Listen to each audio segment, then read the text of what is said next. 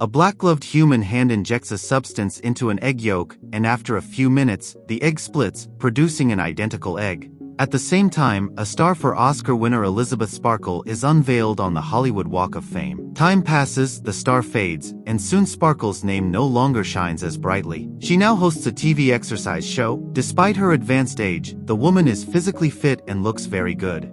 However, one day she goes to the bathroom, and seeing that the women's room is out of order, she enters the men's room. Inside the booth, she hears the voice of the show's producer, Harvey, saying that Elizabeth is outdated and that the show needs a young, beautiful girl. It is time for Sparkle to retire. After all, her Oscar is at the dawn of cinematography, and it is time to make way for the younger generation. Elizabeth goes to lunch with the producer, where he laughingly announces her retirement and leaves with a friend. The woman sees a fly in her wine glass and feels helpless as well.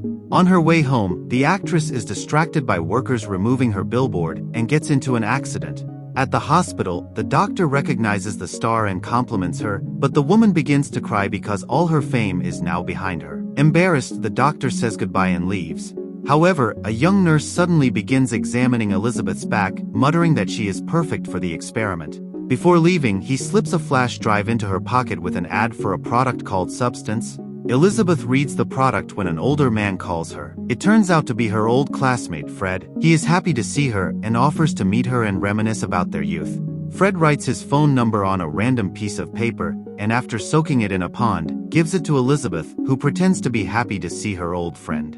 In reality, she falls into a deep depression, especially after she finds a bouquet of flowers at home, thanking her for being part of the team all these years. Rereading the word, Elizabeth inserts the flash drive into the TV and sees an ad for a substance whose injection unlocks her DNA and starts cell division, creating another copy of herself. This is the substance, and the person is the Matrix. While they are two different personalities, they are still the same person, just an improved version that will be younger, more beautiful, and more perfect. Both personalities must exist in symbiosis and switch every 7 days, always remembering that they are one entity. Elizabeth goes to a bar and sees happy couples and realizes her loneliness. She returns home and after long thoughts and memories, calls the number provided and asks for the substance. She is given a post office box number where she can pick up the product and the call quickly ends. The woman spends a sleepless night and in the morning, she sees an advertisement in the newspaper looking for candidates to replace her as host of the show. At the same time, there is a letter in the mail with a card and the post office box number for the substance. Elizabeth resolutely heads out to pick up the package. Using the card, she opens a hidden door in an old building and finds a storage unit with a package waiting for her. At home, Elizabeth opens the box. All the components of the substance are neatly packed in bags and labeled as the activator, the fixer, the other you, the key, food for the matrix, food for your other. The activator needs to be used only once, but the fixer must be administered daily and is taken from the cells of the matrix. Most importantly, the couple must switch places every 7 days without exception and must always remember that they are one entity. In the morning, Elizabeth spends a long time looking at herself in the mirror, noticing signs of aging. Eventually, she injects herself with the previous activator and then feels unbearable pain. The woman falls to the floor, writhing in pain as her back splits, and from within her younger version appears. This new personality gradually comes to her senses, and when she looks in the mirror, she sees the reflection of a very young and beautiful girl. For a while, she enjoys her new state, but then she notices Elizabeth's body. First, the girl cleans it, stitches up the terrible tear in her back. Then she goes to bed. In the morning, the girl takes a shower and suddenly feels sick. She pulls out special syringes and injects herself with the stabilizer, taken from the spine of the unconscious matrix. Then she goes to the living room, delighted with her new, youthful and strong body. Later, the girl goes to a casting call, buying a seductive swimsuit on the way. She takes the name Sue, and has an amazing effect on the producer's assistants, and eventually on Harvey himself. Sue chooses to replace Elizabeth as the host of the show, although the girl immediately warns that she will be leaving every 7 days to care for her sick mother. This completely wins Harvey over, as the audience will certainly love her. Sue begins to enjoy the fame that once belonged to the original. However, the week passes quickly, and it is time for a switch. Sue attaches special tubes to her arms, allowing the substance to flow through them. Elizabeth soon regains consciousness, while Sue's body slips into a coma. The woman cleans herself up and goes to the television studio, where Harvey presents her with a gift from the crew. Upon returning home, Elizabeth marks the days she can be herself on her calendar. Sue spends all her time at home. At the end of the week, she receives a letter about a new batch of the material being delivered to her mailbox.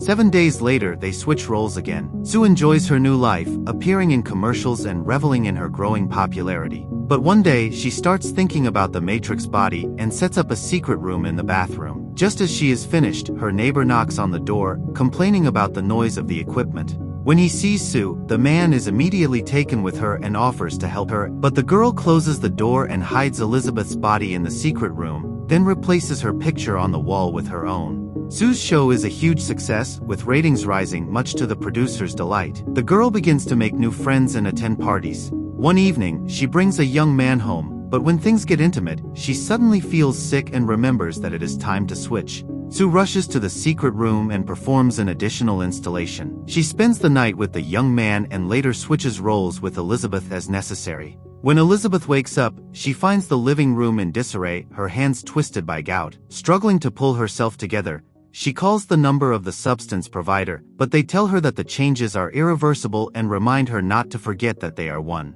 Elizabeth tidies up the apartment and then sees a recording of Sue's new show on TV. She is forced to admit that Sue is very pretty. Later, she hears the neighbor ask Sue out on a date, but she does not answer the door. She then receives a new batch of the substance. On her way out, she stops at a cafe where an old man starts a conversation, lamenting that 7 days is too long to wait to get back into the body. He drops his cards, and among them, Elizabeth sees a card that matches her substance card. She recognizes the young nurse who advised her to try it in his eyes. He knows that with each passing moment, it becomes harder to remember that you deserve the right to exist. Soon, the second part will literally start to consume her. Elizabeth runs home, bumping into Sue's boyfriend, who of course does not recognize her. But this makes her remember Fred. She dials his number, and her cheerful classmate arranges a meeting at a coffee shop. Elizabeth dresses up, puts on makeup and hides her hands under gloves. But unexpectedly, she sees a billboard with Sue's picture on it. She is immediately disappointed, changes her makeup, and then wipes it off completely. She cries, takes off her dress and stays home, ignoring Fred's constant calls, and overeat to cope with her nervousness and insecurities. When it's Sue's turn again, she steps onto the set and begins the show.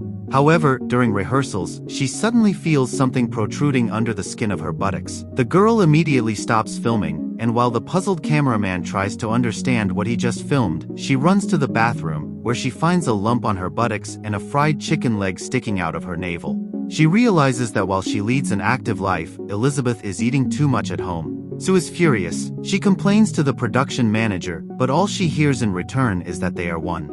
Weeks pass. One day, Sue urgently calls Harvey to announce that she will be the new host of the New Year's Eve show, the pinnacle of her career. Sue is delighted, but now she abuses the fixative more and more, causing Elizabeth's body to age rapidly. When Elizabeth wakes up again, she finds herself old and frail, her joints stiff and her hair almost entirely gray. The woman calls the operator of the material, who suggests ending the experiment, but there is no way to restore her condition now. She tries to convince herself to stop the experiment, but she cannot give up such a beautiful second version of herself, even though her knees are barely functioning.